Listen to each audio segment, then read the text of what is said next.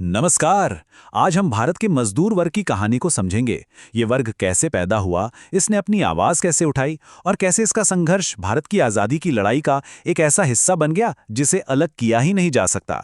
ये सिर्फ हड़तालों और यूनियनों की कहानी नहीं है, बल्कि ये एक राष्ट्र के साथ साथ एक पूरे वर्ग के जागने की दास्तां है।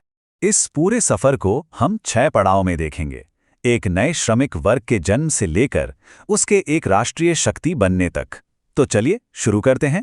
तो हमारी कहानी शुरू होती है 19वीं सदी के दूसरे हिस्से से। ये वो दौर था जब भारत में आधुनिक उद्योग की कह सकते हैं पहली चिंगारी भड़क रही थी। एक ऐसी चिंगारी जो देश के सामाजिक ताने बाने को हमेशा के लिए बदलने वाली थी। सबसे पहले आईं रेलवे लाइनें, और इन्हें बिछाने वाले हजारों हाथ ही भारत के पहले आधुनिक मजदूर थे। फिर इनके पीछे पीछे कोयला, कपास और जूट की मिलें खुली, और देखते ही देखते एक बिल्कुल नया श्रमिक वर्ग खड़ा हो गया। लेकिन इन शुरुआती मजदूरों की जिंदगी बेहद मुश्किल थी। बहुत ही कम तनख्वाह, काम के कोई घंटे तय नहीं, और माहौल इतना खतरनाक कि कब क्या हो जाए पता नहीं। ये सब कुछ बिल्कुल वैसा ही था जैसा कभी यूरोप की औद्योगिक क्रांति के दौरान हुआ था, और बुनियादी सुविधाओं का तो खैर नामो निशान तक नहीं था। और यहीं पे भारतीय मजदूर का संघर्ष बहुत अनोखा हो जाता है। उन्हें एक नहीं बल्कि दो मोर्चों पर एक साथ लड़ना पड़ रहा था। एक तरफ थी अंग्रेजी हुकूमत जिसका राजनीतिक दमन था, तो दूसरी तरफ विदेशी और भारतीय दोनों ही पूंजीपतियों का आर्थिक शोषण। सोचिए, ये एक दोहरी लड़ाई थी। तो सवाल उठता है कि इन भयानक हालात पर पहली प्रतिक्रिया क्या थी। देखिए, ये कोई संगठित आंदोलन नहीं था, बल्कि कुछ लोगों की तरफ से की गई बिखरी हुई समाज सेवा वाली कोशिशें थीं। आप देखिए, ये शुरुआती कोशिशें दशकों में फैली हुई थी। 1870 में शशिपाद बनर्जी का अखबार भारत श्रमजीवी आया, तो उसके 10 साल बाद 1880 में एनएम लोखंडे ने दीनबंधु शुरू किया, और पहली बड़ी हड़ताल तो 1899 में जाकर हुई। दिलचस्प बात यह है कि उस दौर के राष्ट्रवादी नेता मजदूरों के मुद्दों से अक्सर थोड़ी दूरी बनाए रखते थे। शायद उन्हें डर था कि इससे भारतीय उद्योगपतियों को कहीं नुकसान न हो।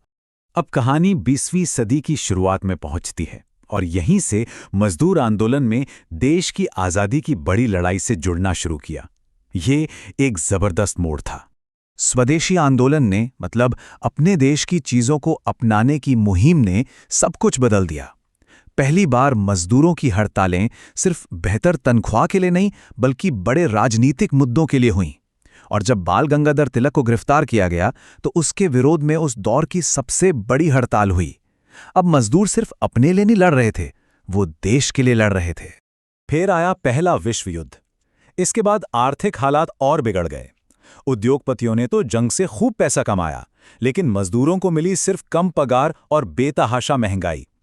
इसी बेचैनी भरे माहौल में गांधी जी का राष्ट्रीय मंच पर आगमन हुआ, और रूस की क्रांति की खबरों ने मजदूरों में एक नई उम्मीद जगा दी। यानी माहौल पूरी तरह से तैयार था एक बड़े बदलाव के लिए। और फिर वो पल आया जब ये सारी बिखरी हुई चिंगारियां मिलकर एक बड़ी आग बनी, जब एक राष्ट्रीय शक्ति का जन्म हुआ। साल था 1920। भारतीय मजदूर आंदोलन के इतिहास में ये साल हमेशा के लिए दर्ज हो गया, और इस बदलाव का नाम था AITUC, यानी all India trade union Congress. इसका मकसद था पूरे भारत के मजदूरों को एक झंडे के नीचे लाना। और कमाल की बात देखिए, इसके पहले अध्यक्ष थे लाला लाजपत राय, जो उसी साल इंडियन नेशनल कांग्रेस के भी अध्यक्ष थे।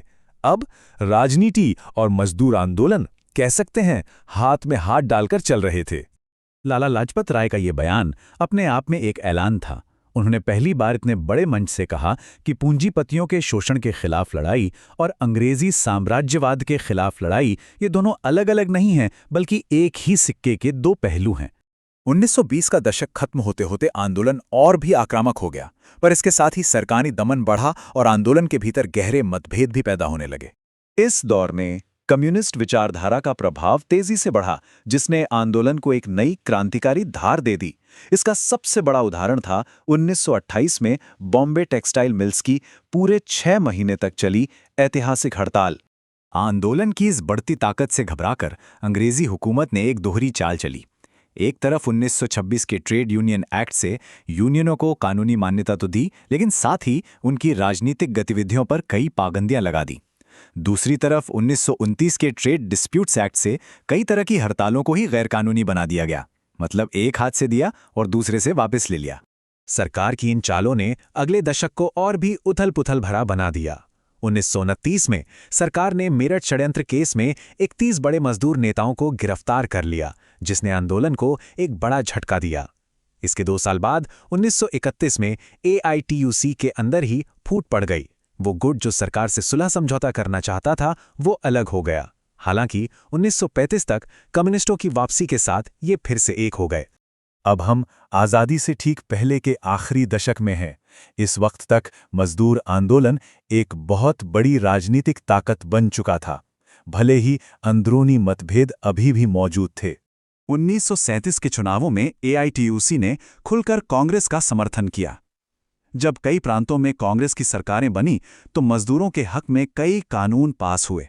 ये कांग्रेस और मजदूर आंदोलन के बीच सहयोग का एक सुनहरा दौर था। लेकिन दूसरे विश्व युद्ध के दौरान एक बड़ा वैचारिक टकराव सामने आया। जब सोवियत संघ ने मित्र राष्ट्रों का साथ दिया तो भारतीय कम्युनिस्टों ने इसे जन युद्ध कहकर अंग्रेजों का समर्थन करना शुरू कर दिया। वहीं दूसरी तरफ कांग्रेस ने भारत छोड़ो आंदोलन का नारा देकर अंग्रेजों के खिलाफ एक निर्णायक संघर्ष छेड़ दिया। मगर इन मतभेदों के बावजूद जब आज़ादी का आखिरी दौर आया तो मजदूर वर्ग एक जबरदस्त ताकत बनकर उभरा। 1945 से 47 के बीच तो जैसे हड़तालों की सुनामी आ गई। जरा सोचिए, बंबई के डॉक मजदूरों ने इंडोनेशिया में आज़ादी की लड़ाई को कुचलने जा रहे सैनिकों के लिए जहाज़ों पर सामान लादने से साफ मना कर दिया। जब रॉयल इंडियन नेवी के नाविकों ने बगावत की तो उनके समर्थन में पूरे देश में मजदूरों ने काम बंद कर दिया। ये वो पल था जब अंग्रेजी हुकूमत ने मजदूर वर्ग की असली ताकत देखी। तो इसका निचोड़ यह है कि मजदूरों के हक की लड़ाई और देश की आज़ादी की लड़ाई, ये दो अलग अलग धाराएं नहीं थीं। ये एक ही संघर्ष की दो आपस में गुंथी हुई लड़ियां थीं। एक के बिना दूसरे की कल्पना भी नहीं की जा सकती थी। और हम आपको इसी एक सवाल के साथ छोड़ जाते हैं। अंग्रेजी साम्राज्यवाद के खिलाफ लड़ाई तो जीत ली गई, लेकिन उस आम मजदूर के लिए जिसकी कहानी हमने आज देखी, क्या उसका संघर्ष वाकई खत्म हो गया था? सोचिएगा जरूर।